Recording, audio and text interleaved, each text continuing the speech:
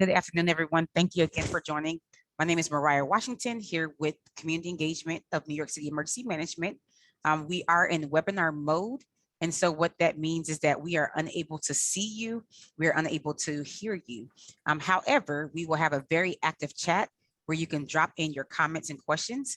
You also are welcome to drop in questions in the Q&A section. That may be on your upper panel bar menu or your lower one. And there is a little chat box that says Q&A. And for those folks on the phone, when we get to question and answers, we will provide an opportunity for you to unmute yourself as well. So I'm going to go ahead and pass the microphone over to Jill, and the floor is yours, Jill. Thank you. Thank you, Mariah. Hi, everybody. Thank you so much for joining us for the second session of Extreme Heat Preparedness Training for Community and Faith-Based Leaders. I'm Jill Cornell. I'm a community engagement specialist at New York City Emergency Management under the direction of Mariah Washington. And we're just so pleased that you are engaged with this topic and committed to sharing resources with your community members. And we have a whole section at the end of the presentation where you can share what you do to share information and how you alert people who may not have access to internet or other resources to the risks and hazards and how to stay safe during extreme heat times. So I'm going to get right into it. The image on the screen is of a cityscape with an orange and red background and yellow with a blazing sun behind it.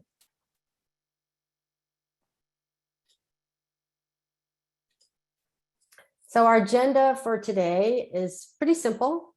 We just have two speakers. It's myself, and then I'll be followed by Anna McCullough, who's a human services specialist here, and she's working specifically on the cooling centers. So she's going to give us all the down low on that.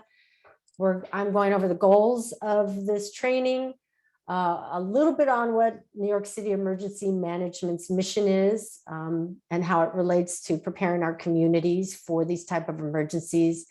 And I'm also going to do a little health recap from 2 weeks ago. We had a guest from the Health Department's Bureau of Environmental Surveillance and Policy, Munira Ahmed. She couldn't join us today, but we have this information. And again, we're going to give you all the resources for that following the presentation. Then Anna will go over cooling centers, and we're going to really hit up share your space hard. So, pay attention to that. That will also be in the resource guide that will come out. And lastly, we're going to end with you, our guests, because you're the experts on what you do in your community, what you'd like to do, what you might need help with, what you might want to share, like what worked in your community. And I know that the other community members that are on are really interested to hear what you're doing on Staten Island, what you're doing in the Bronx, Brooklyn, Manhattan, and Queens. So I'm most excited for that piece. I'll tell you that right now. And then we'll have the Q&A after that. So on the bottom of the slide, another cityscape. It looks like it's Pershing Square in Midtown. Big tall buildings on either side, cars on a little overpass, and again, that hot blazing sun making everything nice and toasty for us during a heat wave. Our goal is to really understand the hazards associated with extreme heat, the city's response, and to share community strategies. And the image on this slide is of a dog with big ears in front of a fan, and their ears are flapping in the wind. So just quickly, we have a threefold mission. It's planning and preparedness, where you can see on the image on this screen, a lot of people are gathered around laptops with some beverages, working on coordinating emergency response.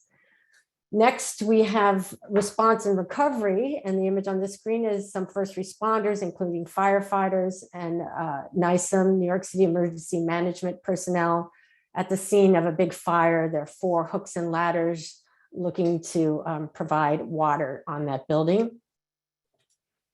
And lastly, we educate the public. So this is how we relate to our mission today. You're the public. This is an education session, and this image is of a number of our volunteers, our CERT members, as well as staff and friends, and Ready Girl in front of a sign that says New York City Emergency Management serving our communities. This is a shot from one of our parades back in the before times, before COVID, when we could gather, and hopefully we'll be able to do that again this summer. And we're going to start with a little bit of preparedness. So for those of you who are familiar with Ready New York, huzzah, you already know this. For those of you that might be new, there is part of our community engagement program that's called Ready New York, and that's to prepare individuals and families with planning for emergencies. And this is the link. You don't have to write it down. It will be on your resource guide. But if you really want to go to it, you can just go to nyc.gov/readyny and download a whole number of different kinds of guides. It comes in many different languages. The image on this slide is of a screenshot of the cover of the My Emergency Plan with some snow, a collapsed building, and flooding. And the backdrop is a blue and white map of the city. 3 steps, that's all it takes to get ready. 3 simple steps. And it looks like my images are slowly coming in, and you may not be able to see them. It looks like, Mariah, can you see them? Because I cannot. Jill, the images are not displaying. Okay. If you were to see the images, I will have to use my voice to conjure this. Right now, there's just 3 big blank rectangles on a white background. The first image corresponds to the first step, which is to make a plan. So you can do that either with a paper guide that I just showed you. There also are apps that you could do it right on your phone. Those are pretty handy for those of us who like to spend all our time looking at our phones. So you make a plan. The second step, which is to gather supplies. And we go into great detail in the My Emergency Plan of what you need, ranging from water, a whistle, extra food, and a notepad with a pen or a pencil, extra glasses, medicine, etc. All of that will be in the guide. And lastly, get informed, get information. And I will be, as well as Anna, will be hitting that message a couple of times, because if you do one thing today, we ask you to sign up for Notify NYC. That's the city's free source of emergency notifications. Notify NYC today. And if you do one thing with your community groups, please share that link. Please share the flyers. We'd be happy to send you postcards, posters, whatever you need to get the word out in your community. We just hit 1 million subscribers. We'd like to make it 2, 3, 4, 5. I know the sky's the limit. So that's another reason why we're sharing this with you today. Oh, I see. Now you can see what I was talking about. It is a 3-part image. How lovely. So the image on the left is the My Emergency Plan with a Ready New York pen and a hand starting to write some information. The middle image is indeed the gathering of different supplies and including water, which for heat activation, the water and food are really key. Also the extra medicine and cash in case of a power outage. And then lastly, staying informed either with an app or getting text notifications. I like the text notifications myself. I find that to be really handy. Beat the heat. When we have a heat activation, you can always find that, and I believe it's active now. I'm pretty sure it is. You can also always call 311. So the one number that you should have memorized by heart for all things New York City is 311. Anyone can call there. You can call there if you speak a language other than English. We'll get you help in the language that you would prefer to speak in. And that's how you can stay healthy all summer. So you don't, again, have to memorize everything. Just know that those resources are just really quickly at hand. The image on this slide is a light blue square against a dark blue background that just says, beat the heat, keep cool, with the link to the website. This is a slide that I wanted to make sure we shared again So for those of you who were with us 2 weeks ago, this comes from HRA, who administers the Home Energy Assistance Program, also known as HEAP. There has been some changes this year to the program. It's for low-income residents. You cannot apply if you, or you won't be accepted if you've gotten if you've received a free air conditioner within the last 5 years. But if you haven't, give them a call. You can either call 311. There's also the 212-331-3126 number.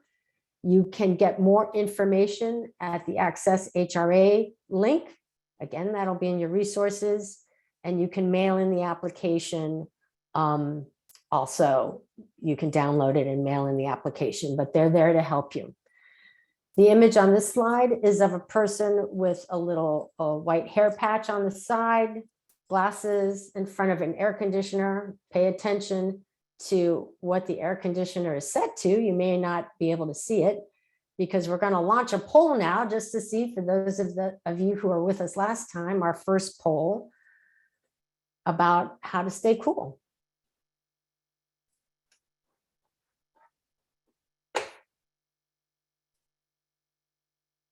And Mariah, if you could, there we go. So what's the best way to cool down? So this is a poll for you to let us know what's your favorite way to cool down in a heat wave. Number 1, enjoy a popsicle. Number 2, drink something cold. I put a lot of ice in my drinks all summer long. Number 3, spend time inside. Number 4, turn on the air conditioning. And number 5, turn on the air conditioning and stay inside. So you all are very experienced at Zoom now because we have over 50% participation, which is fantastic because we have 53 people on the call. And we're going to wait until it gets up, I think, a little closer to, I think we can get to over 75. We seem to be slowing down a little bit, but oops, we're at 72. And we're almost at 70. We are now over 75%. So this is great. Thank you all for responding so quickly. And I see we're going to share the results now. So the number 1 option was to turn on the air conditioning and stay inside. That was 66% of you.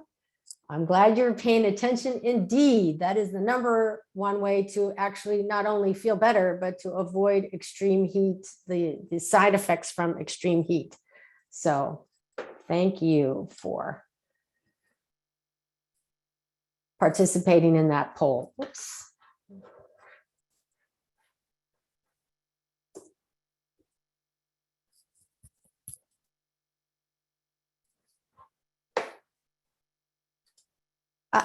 Pardon me 1 second. I just got a little bit of an inactive screen on my screen.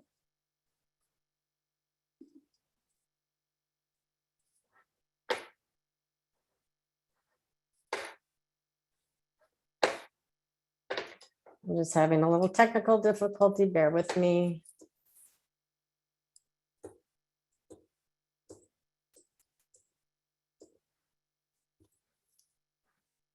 We wanted to go over some of the summary of key health messages from the health department because they are so important. They're the reason why we do these 2 sessions, because this is where we experience deaths in the city and it affects a lot of different residents here.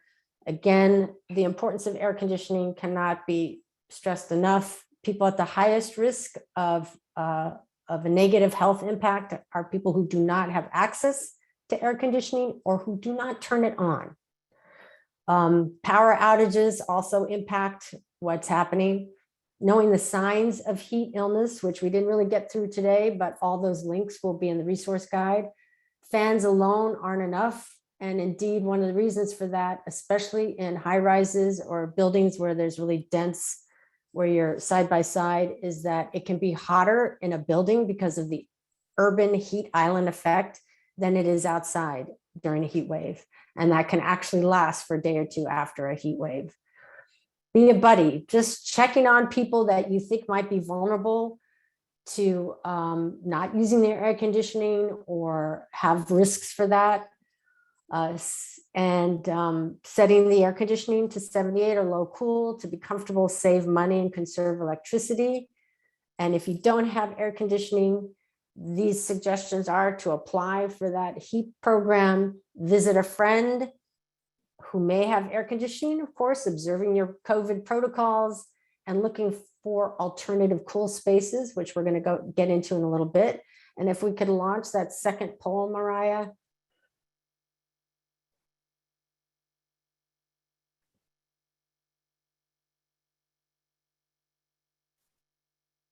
So it's a little bit of a cheat here. So I think we're going to have 100% participation in one answer, but what is the best temperature for air conditioning? So how can you save energy and dollars by turning on your air conditioning? The options are 65 degrees, 72 degrees, 78 degrees, or 76 degrees. And this would be Fahrenheit, not centigrade, FYI. So right now we are at 62%. It's climbing rapidly. Most people are voting for 78 degrees. And yes, it is right there on the summary of key health messages to set your air conditioning to 78 degrees to save money, be comfortable, and conserve electricity. So important in a city of our size.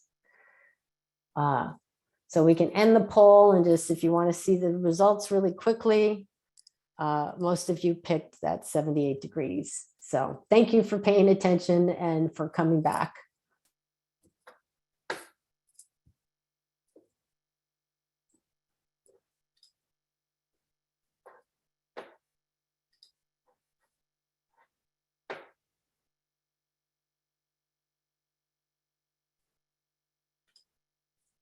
So before we're going to just launch that, this is a little recap of what your communities can do. On this slide is a group of folks at a food pantry giving out water and snacks, getting ready to distribute it in Brooklyn. And this comes courtesy of Reaching Out Community Services, which is part of the Southern Brooklyn COAD, one of our community emergency networks in the city. So definitely having a buddy system, even if it's formal or informal. The health department has a program where they enlist established community-based organizations to connect with older adults to ensure that somebody checks on them in these types of activations or extreme heat events. And we want to encourage our neighbors to use their air conditioning to stay hydrated and to wear loose, comfortable, light colored clothing. I know New Yorkers, we love to wear black and dark colors, but in the summer, let's break out the light colors. To share emergency notifications, information about HRA's heat program, the Share Your Space survey that Anna is going to get into more detail about, as well as the cooling center info also coming from Anna. So these are key things. You're connecting to the people that in your community or that you serve at your community or faith-based organization are so important because we can't do it alone. We need you. You are so effective. You're the best messenger out there. You can also ask the fire department and DEP to install a free spray cap. So we'll make sure that link is in the program. And if we could launch that last poll. So this is again, just checking to see knowledge check who's most at risk. Is it people with pre-existing medical conditions, people on certain medications, people who misuse drugs and or alcohol, or lastly, all of the above? And I'm dealing with a very sophisticated audience here because as we round the corner, reaching 70% participation, I am 100% of you have said all of the above. So that's fantastic. Thank you for taking the polls and retaining the information to share with your community members. And I am finished here. We're going to launch right in. I guess if there are any questions, I do see that the chat is active. I'm not sure if people are adding, but I'm going to stop sharing my screen as soon as I can get over there. Thank you, Jill. We have a couple of questions as you transition. Are you recommending the yellow Ready New York app or the Notify NYC app, or both? What is the difference?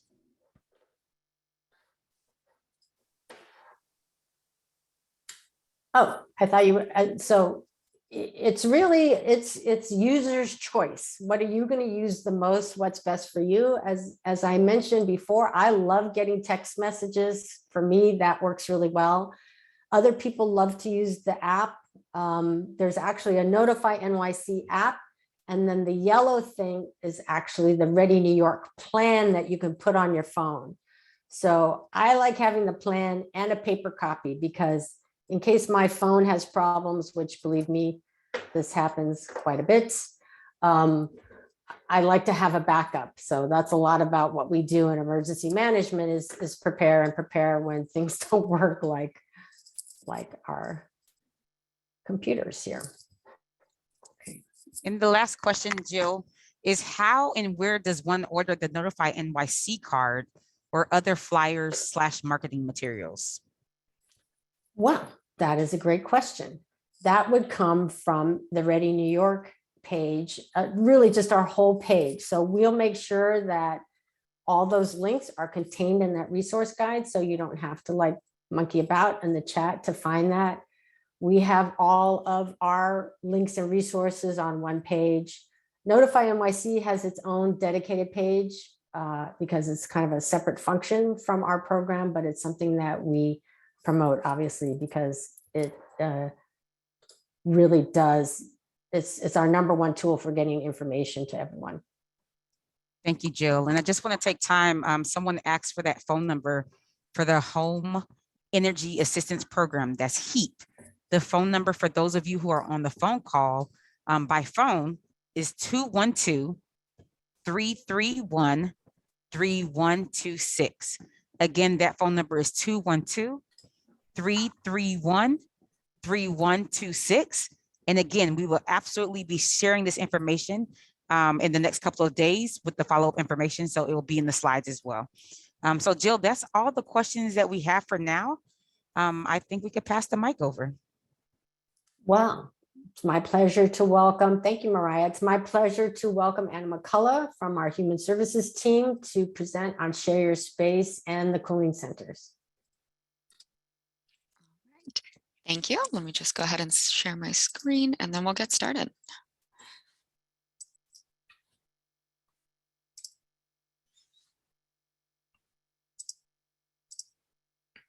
All right. Are you all able to see the PowerPoint? Yes, thank you. Great. Okay, so good afternoon, everybody. My name is Anna McCullough, and I am the Disabilities Access and Functional Needs, DAFN, if you've ever heard that term, Human Services Specialist here at New York City Emergency Management.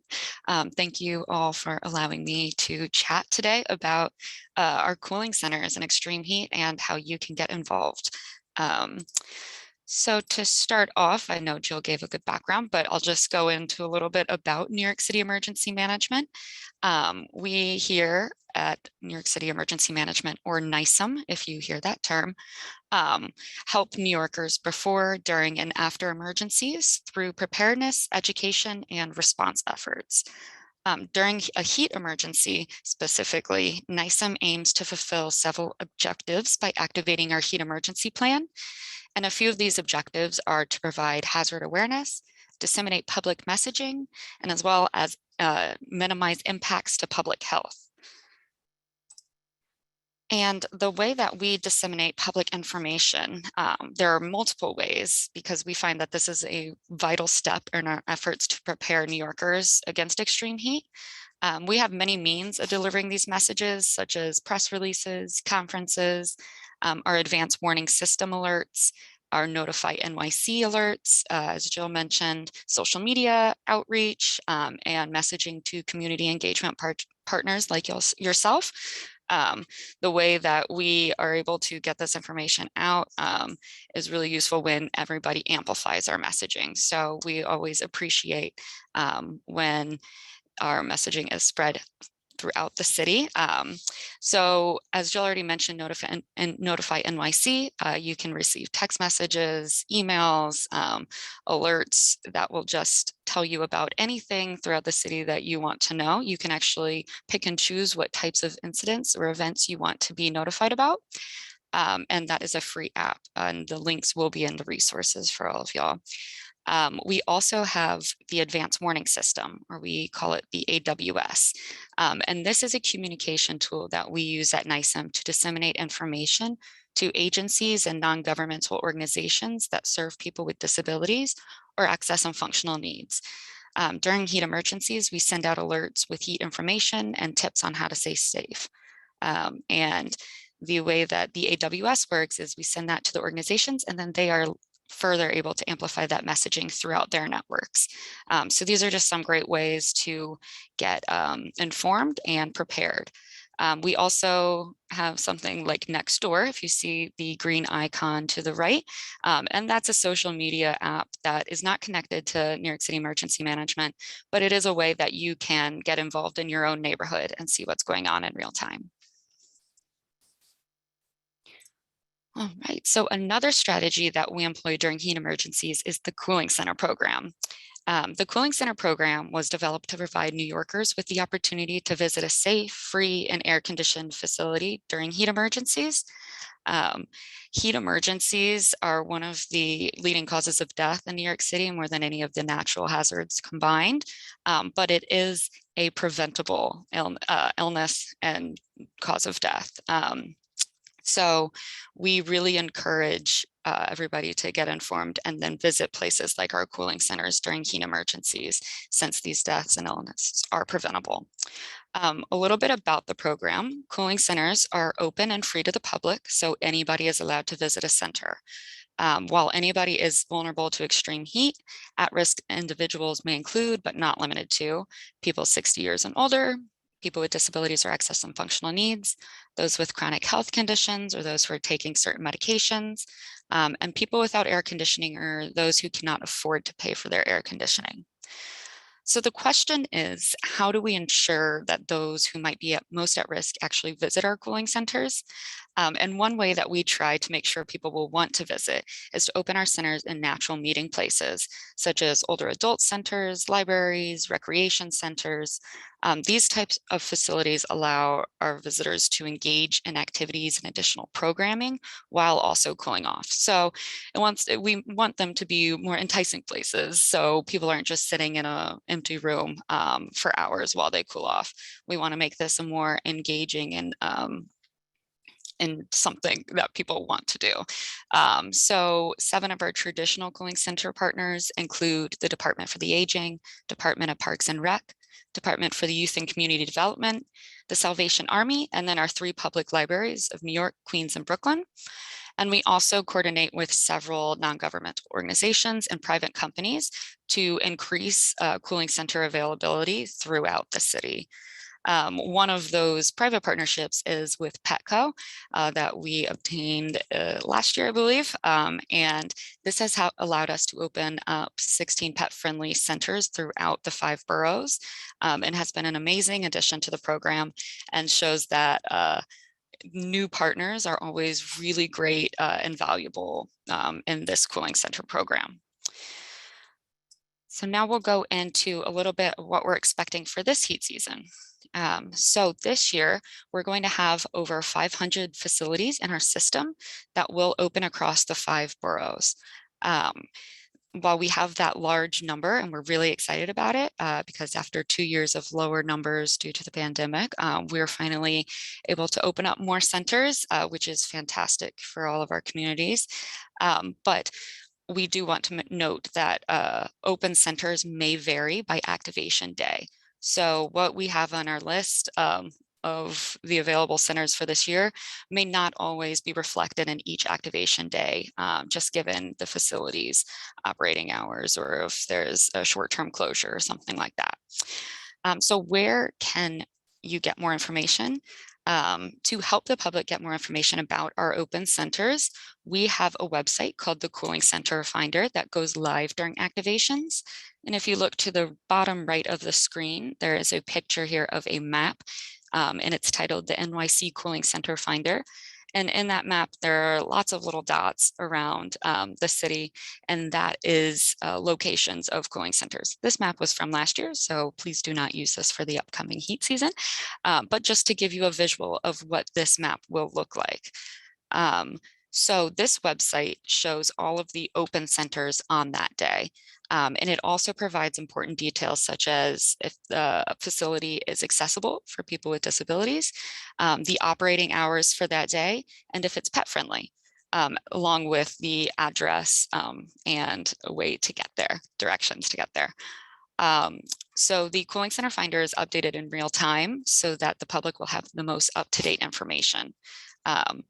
And New Yorkers can also call 311 to get cooling center information. And we do recommend to call your facility or 311 before heading out into the heat, just to make sure that nothing has changed in the couple of minutes that you decide to go out and trudge through stifling heat. So, but we'll always have the most updated information via 311 or the facility themselves.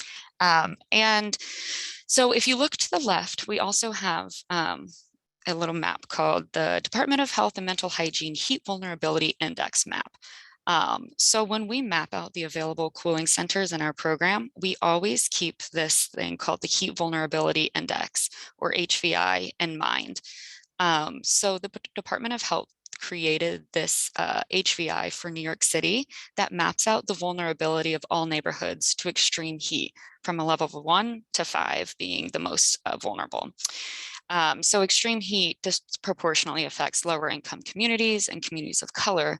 And this is due to many reasons, a lot doing for historic redlining, structural racism, and that's left certain communities more vulnerable to extreme heat than others. And so this HVI helps us here at Nysem plan for adequate coverage of cooling center around the city, especially in those high HVI neighborhoods. We want to ensure that those impacted most by heat are covered. And then also for this season, what are the COVID-19 protocols? So as I said, we're excited to have more cooling centers available than we have during the past 2 years due to the pandemic. However, we are still keeping a very close eye on COVID-19 and the safety of our cooling center staff and visitors. So currently, cooling centers will be maintaining their own agency's pandemic protocols. We are also assisting with any PPE requests from our cooling centers. And all should have received that this week. So we're all covered for the season. And we are asking that all partners, and they will continue to follow the Department of Health and Mental Hygiene's guidance and any other city requirements in case things change throughout this season. One recent change in our program, it has been this way for the past 2 years, is that all older adult centers through Department for the Aging are going to only allow older adults to visit their center once it's opened as a cooling center. All other cooling centers are available and open to the general population. They are just changing that to ensure that their clients, who are some of the more vulnerable folks to COVID-19 and to heat, stay safe. So we completely understand on that, and just a heads up for anybody if you hear that throughout this season. So how can you support during heat season? And one way we look to bolster our communities, especially those that are in the most vulnerable areas, is through our Share Your Space survey. This is a survey that you can go on to. It's on our website, and it just asks for information about a facility that you might have in mind to use as a cooling center. So we really encourage our community members to reach out and let us know about locations in their neighborhood that might work as a cooling center, because we love having centers in the program that the community is comfortable visiting, and one that offers valuable programming, and one that we know visitors will want to go to. And nobody knows that better than the people in the community themselves. So we really encourage you all to look into this if you do have a place in mind. Keeping that in mind, we do have certain requirements to be a cooling center. So first, it must be free and open to the public. We don't turn anybody away for the cooling center. And then it must have air conditioning. It needs to be cooler inside than out. And they must be able to provide drinking water. So this can be a water fountain or bottled water. We do encourage, if you only have a water fountain, to have cups for people who may not be able to access the water fountain due to a disability or other needs. And then we also ask that the center be staffed and open during daytime hours. So if you do know of any organization, or if you have a space, ideally multiple spaces that are connected that may fit into those criteria, please feel free to check out the survey online where you can apply. And as a note, since we don't provide compensation to our partners for opening cooling centers, but we do know that energy costs can be expensive, we encourage organizations that are already open and staffed during normal business hours during the week or weekends to apply, so that that organization isn't incurring additional costs for opening as a cooling center. All right, but yes, we really encourage y'all to look into this, because our community-based partners are incredibly valuable additions to this program. And this is just a list of our resources. As Jill mentioned, we have our Beat the Heat website, and this is something that you'll see throughout the summer that you'll be able to access, and it has tons of great information. It has the link to our cooling center finder, which, by the way, again, is only active during heat emergencies. And then it has just health and safety tips, along with the Notify NYC links and other tips from our neighboring agencies throughout the city. So we can also access some Department of Health information, the Home Energy Assistance Program, and also the parks information about their Cool It program, which provides a map showing all of the cool water features throughout the city that you can use during a heat emergency. And that's all I've got. So I will throw it back to Jill and Mariah. If we have any questions, happy. Oh, I do see that the chat has a couple. Thank Yes, you so much. Oh, go ahead, Mariah. Oh, yes. I just wanted to read one of the questions, and I know you answered it as well as Jill, from Mariana. Thank you for the question. Is like, how do I request a spray cap? So both Jill and I dropped it in the question and answer section as well as the chat. But for those of you who are on the phone, what we have communicated is that this is an initiative that is with two agencies, the New York City Department of Environmental Protection, so DEP, and then the fire department. They coordinate to make sure that they unlock and open up the various hydrants in the different communities where they know that it's going to be extra hot.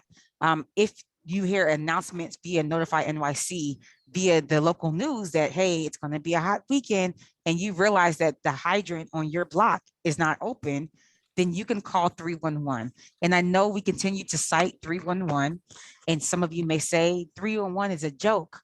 It's not a joke. That's where we collect our data.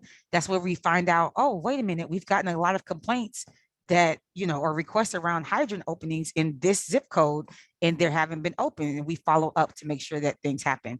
That's how we collect the data of, okay, things are on track, or the data of things are not on track.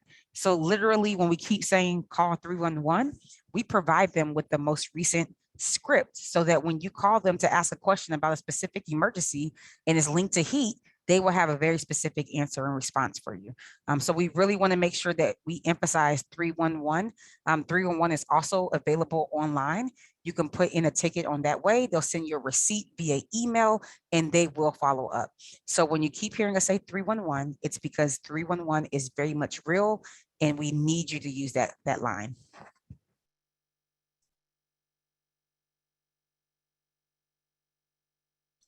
Another question that came through is, would it be possible for Nysem to send alerts when the cooling centers are open? Notify NYC is the official source of New York City government information.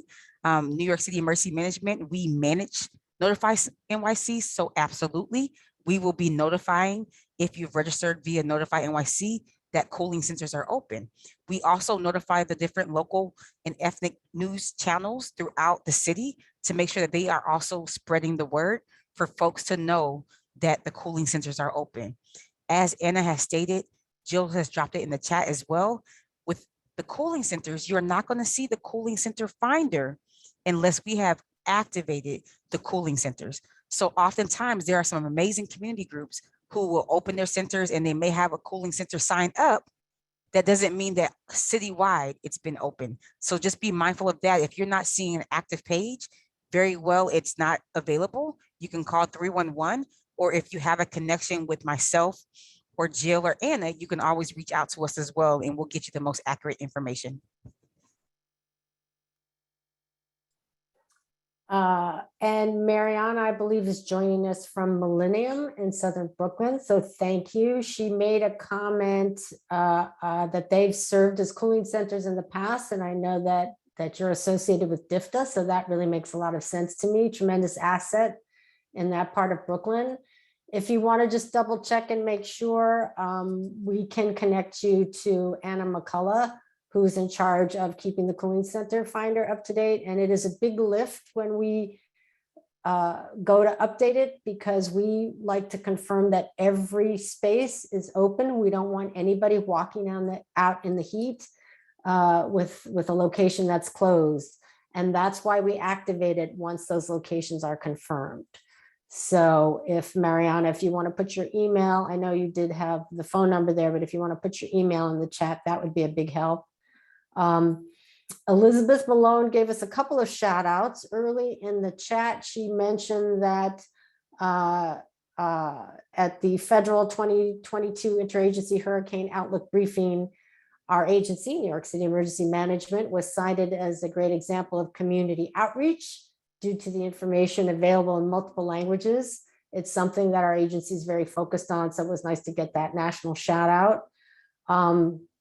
And Elizabeth had also brought our attention to a Con Ed Energy/Share program. I put the link in the chat. That is a utility program, which is why we don't have it in the resources. There are some restrictions, but for low income folks or people having some trouble paying their energy bill, there's an option there that you might be eligible for that. And let's keep going down. We're going to help out Corey, who didn't get the resources from the first webinar. So thank you for asking here. And Mariana has put her email there. Let's see. I think we may have some other questions in the Q&A. Laura asks if the cooling center map was activated earlier this month for the weekend heat wave. Anna, take it away.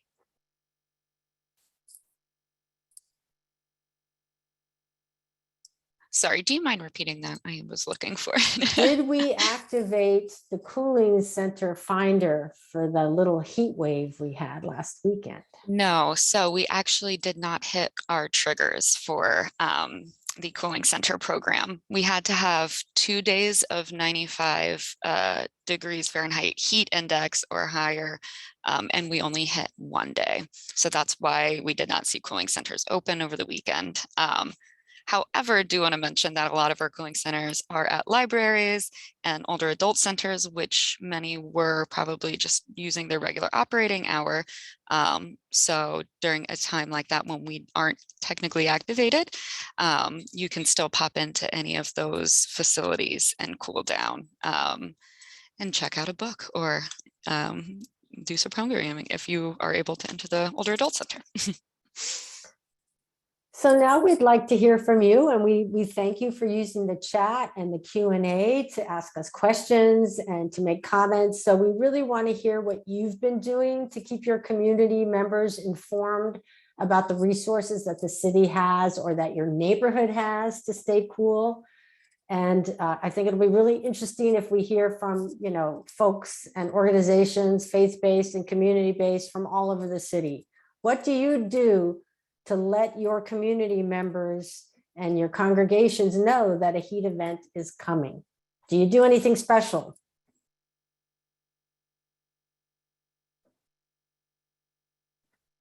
And even something like sharing the Notify NYC messaging is great.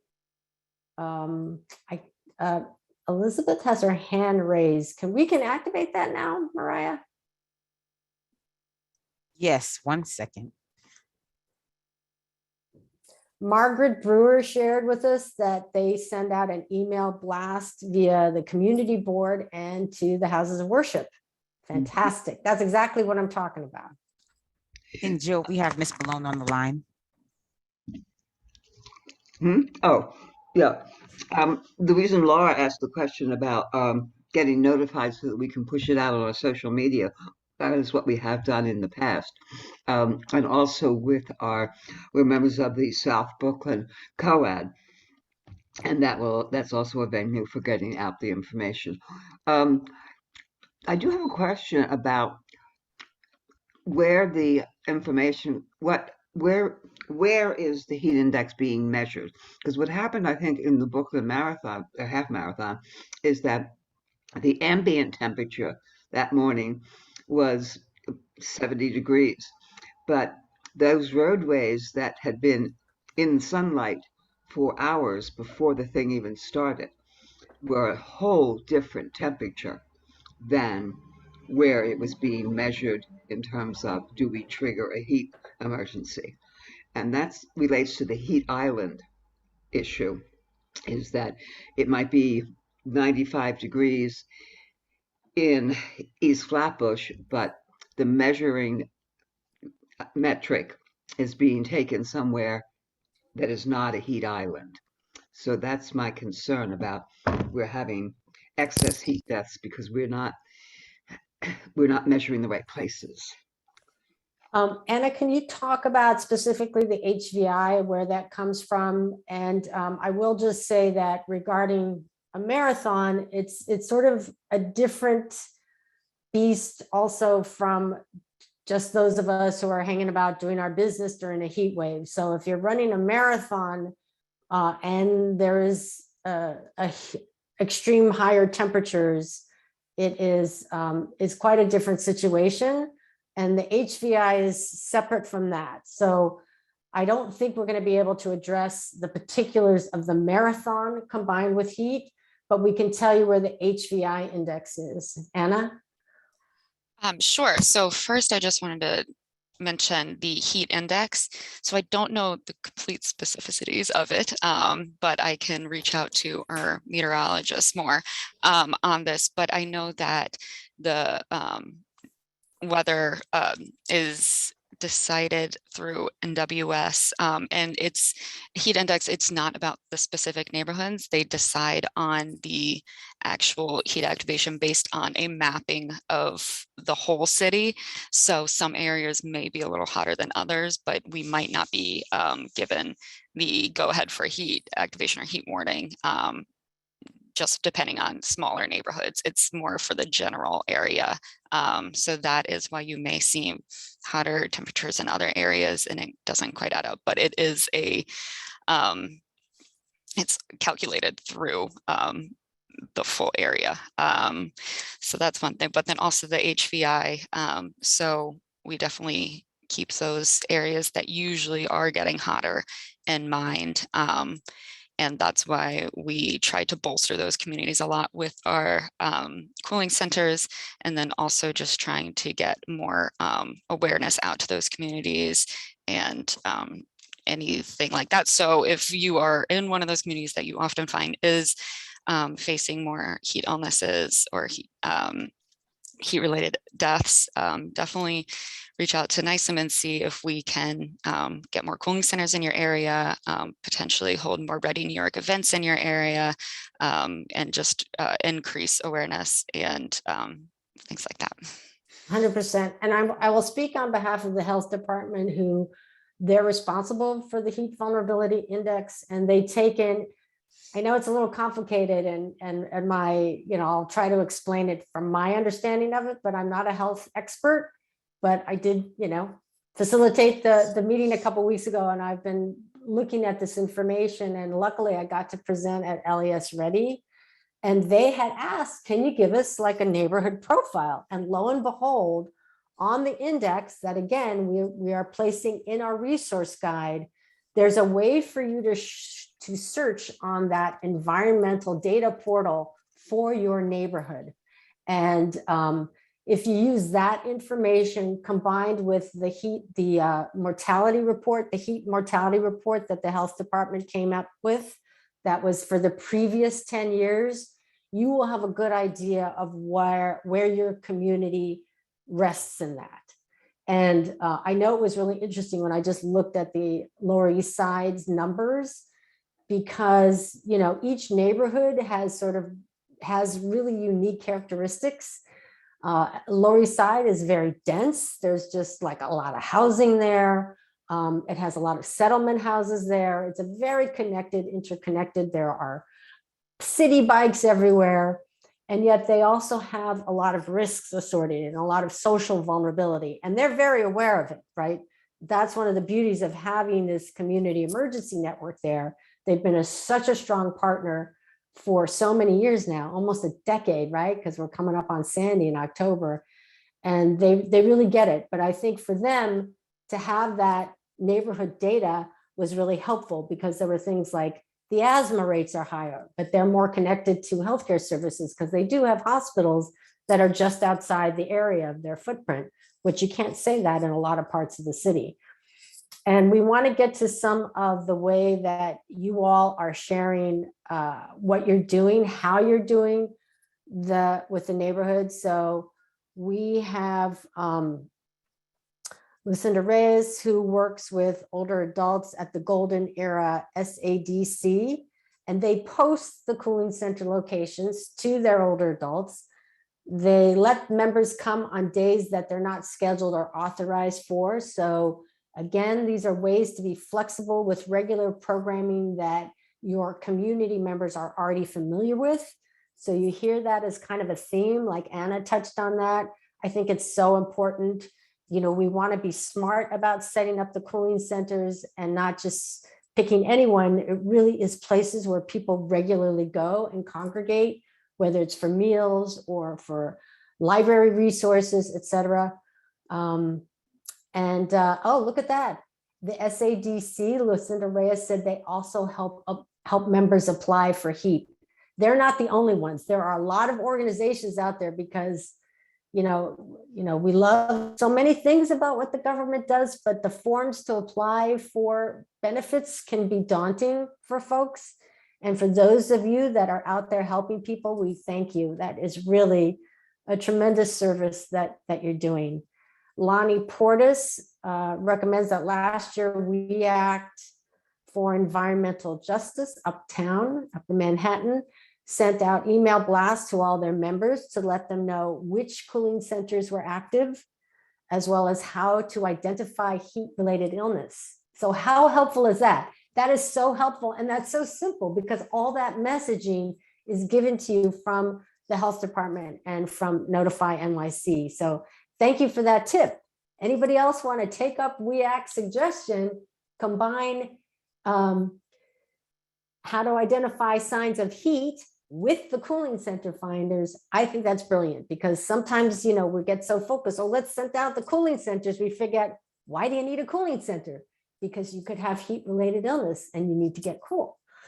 And I know that they are also helping people take advantage of the HEAP program. And again, the messaging we heard from the health department 2 weeks ago was this year, the big change for HEAP is you don't need a medical note from your doctor saying that you need this, okay? So that just means if you're a low income person and you qualify, you can apply for HEAP. You don't need that note. That was just something that did create a lot of extra trouble for people. Anesta writes that they send out from the Metropolitan Association of the United Church of Christ, sends out the information from Nysem and Notify NYC to those churches that are part of that network. The other thing I want to say that I think is so important from all of you who shared from SADC and WEACT and Metropolitan Association, NHS Brooklyn, Southern Brooklyn COAD, you're the trusted messenger in your neighborhood. We got the information, we can get it to you. But having that message come again from you, it doesn't bug people, it reminds them. And especially think of someone who might be having a little bit of a cognitive issue, right? Like they might not see that first message, but maybe that's message and they go, oh, wow, Lonnie and Elizabeth told me that I should like be careful about heat illness, and I don't feel good. I'm feeling a little nauseous. Maybe that's a sign of heat illness. And then they'll get themselves to a cooling center or to a neighbor's apartment who has air conditioning, of course, who's vaxxed and boosted, taking precautions. But that is the kind of key messaging and connection that is so meaningful. Okay, what you do has meaning and value, and we completely recognize it from where we're sitting. And I love getting that, love hearing the different strategies that you're using. Mariah's posted a heat index mapping and the science behind it. We'll put that link in our email. Lonnie shares the heat application in NYC is digital now, meaning it's online. It was big, exciting innovation for them, and I'm sure it's very exciting for WEACT and SADC and all the rest of you that are helping. And Marcine, thank you for coming, just says goodbye and to thank us. And I'm going to just double check. Jill, the one thing we can touch on before we depart, Laura McKenna raised up the question of what about Black and brownouts? And so one of the pieces that we didn't dive in deep enough, but I want to let you all know is that as we are preparing you as a community, we have hundreds of folks behind the scenes who establish very detailed plans of what to do when there's extreme heat. Within those plans, we are very much closely partnered with Con Edison and the other different entities, so that when we know that the different generators are going out, we utilize Notify NYC to blast that information out. So it's just not leaning on Con Ed to amplify it. We as New York City Emergency Management and as the New York City government are making sure we get that information out to you all. There have been different situations in the past where there may have been a brownout in a specific community. And depending on how long it's been, sometimes we send out city buses out to have cool air conditioning running and to allow residents to sit on that bus until the situation is fixed. Other times they will send some waters and possibly meals. So it's always depending on what is the level of the situation. But do know that when there are brown and blackouts, the city is aware of it. The city is working with Con Edison and all the other different entities to ensure that we can put the power back on as fast as possible. But those 3 steps that Jill discussed in the very beginning, part of making that go bag and gathering your supplies, you have to have it appropriate to whatever season we're in. So now we are in high pollen, warming up, almost summer season. So we're going to need some water.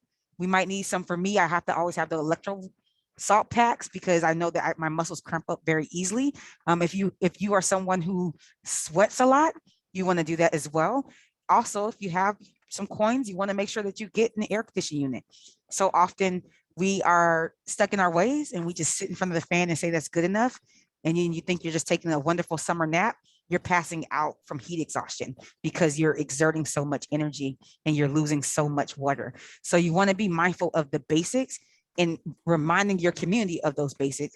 And when we do have these brown and blackouts, know that we are involved as a city government and we're going to get that information to you. And for those who travel on the subway and the buses, this is the season to make sure you always carry a bottle of water with you as well, just in case something happens underground. You can still stay hydrated in the midst of whatever may happen regarding a power outage or being stuck in a train station for a while. So we say all this not to scare you. It's always just to prepare you, but be mindful that behind the scenes, there are a lot of different steps that occur with not just New York City Emergency Management, but with all the other hundreds of city agencies to ensure that we are keeping you safe and that we're able to help restore and keep folks going in spite of the heat emergency. We can't control the temperatures at all, but we can control how many spaces we open up to keep folks cool. So keep that in mind. Again, 311 is your best source in the event that you're not getting any notification. Go to 311, they're going to give you the most updated information. You will have the follow-up information from Jill and I. You can reach out to us. We are very responsive as well. If you want to do a personal training around heat with your community group or with your congregation, please reach out to Jill and I, Or when you get this recording, you can push play for this recording as well and share different snippets of the recording. So Jill, this was an amazing webinar. I thank you and Anna for pulling this information together. Do either of you have any closing remarks? I just wanted to say that MU posted the link for the data portal for the Bureau of Environmental Surveillance and Policy at the Department of Health. That is included in our resource guide. And if you noodle around in it, you will find where you can look at neighborhood-based data that they collect. Highly recommend that.